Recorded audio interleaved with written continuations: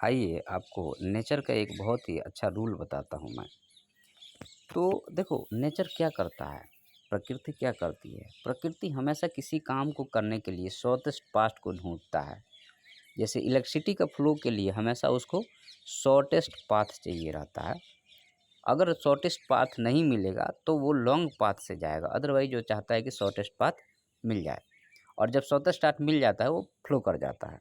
जैसे शॉर्ट हो जाए कहीं से सर्किट, बहुत तेज़ी से करंट फ्लो करेगा। क्योंकि वो शॉर्टेस्ट पाथ मिल गया उसको। वैसे ही आप और हम हैं, ट्रेडिंग क्या है? ट्रेडिंग एक शॉर्टेस्ट पाथ है, एक बहुत बड़ा कैपिटल को खड़ा करने का, ठीक है? ये साइकोलॉजी की बात है। अब यहाँ पे आता है कि ट्रेडिंग शॉर्टेस्ट पाथ है साइकोलॉजी को पैसा को बनाने के लिए, लेकिन वो शॉर्टेस्ट पाथ बनाने में मेहनत ज़्यादा लगेगा। समझना बात को, शॉर्टेस्ट पाथ बनाने में मेहनत ज़्यादा लगेगा।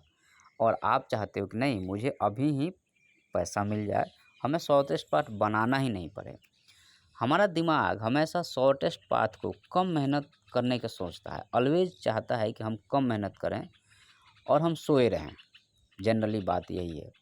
तो आप कोई भी काम करते हो तो वो क्या करता है कि उसको रिपीट करने लगता है। एक एक पाथ बना देगा, उसके बाद वो काम करना बंद कर देगा, रिपीट होना शुरू हो जाएगा। जैसे आप सिगरेट पी रहे हो, शुरू में उसको अच्छा बुरा किसी भी काम को करते हो तो शुरू में आपको अच्छा बुरा लगता है, उसके बाद वो रिपीट होने लगा तो उसका स्वाद आपको आता रहेगा। एक पाथ बन गया माइंड में, वही चलते रहेगा। आपने गलत ट्रेडिंग मेथड को चूज़ कर लिया, अच्छा बुरा उसी में चलते रहेगा, आप उसको चेंज करना नहीं चाहोगे, जिसको हम जड़त्व का नियम बोलते हैं कि mind in mode of the inertia. कि अब उसमें क्या है कि अब आते हैं हम लोग कि वो चीज़ें तो ये सब चीज़ें चल रही है, शॉर्टेस्ट पाथ है, माइंड ने एक रास्ता बना दिया, उसको ब्रेक करना ज़रूरी है। तो एक जगा हुआ आदमी, जिसको बोलते हैं कि एक जगा हुआ आदमी है और एक सोया हुआ आदमी है। आप चल रहे हो, आप सो रहे हो, उससे सोया जगह का मतलब नहीं है। मतलब यहाँ पे है कि आपका स्टेट ऑफ माइंड कैसा है, आप कितना स्टेट ऑफ माइंड में एक्टिव हो। तो जो आदमी स्टेट ऑफ माइंड में एक्टिव है, वो रिपीटेशन नहीं करता है। वो जब भी काम करेगा, आप जैसे एक जगे हुए आदमी से मिलोगे तो उसका माइंड हमेशा एक्टिव है इन द सेंस कि वो रिपीटेशन कम करेगा वर्क को, वो जो है सो चीज़ों को हर एक बार नए तरीके से करने की कोशिश करेगा, या जो है सो उसमें गलती होने की संभावना कम रहेगी।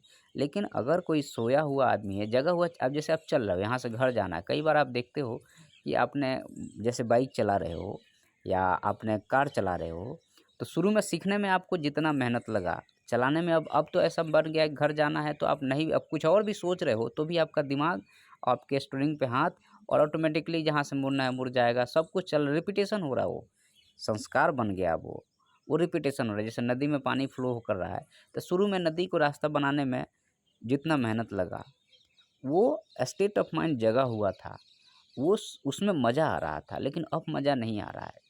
तो उसका लॉजिक क्या है? क्योंकि आप जगे हुए नहीं हो। जब आप जगे हुए रहोगे तो ही जा कर के आपको मज़ा आएगा। जीवन जीने का मज़ा असली उसी में आता है।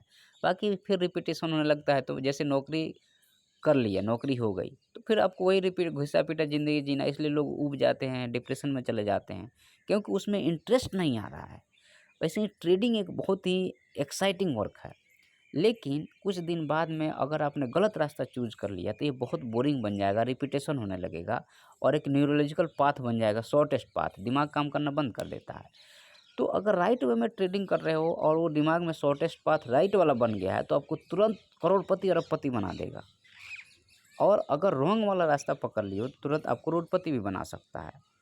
लेकिन आप अपने स्टेट ऑफ माइंड को हमेशा जगा के रखो ताकि आपसे कोई मिस्टेक नहीं हो, उसके लिए मेडिटेशन करना बहुत ज़्यादा ज़रूरी है।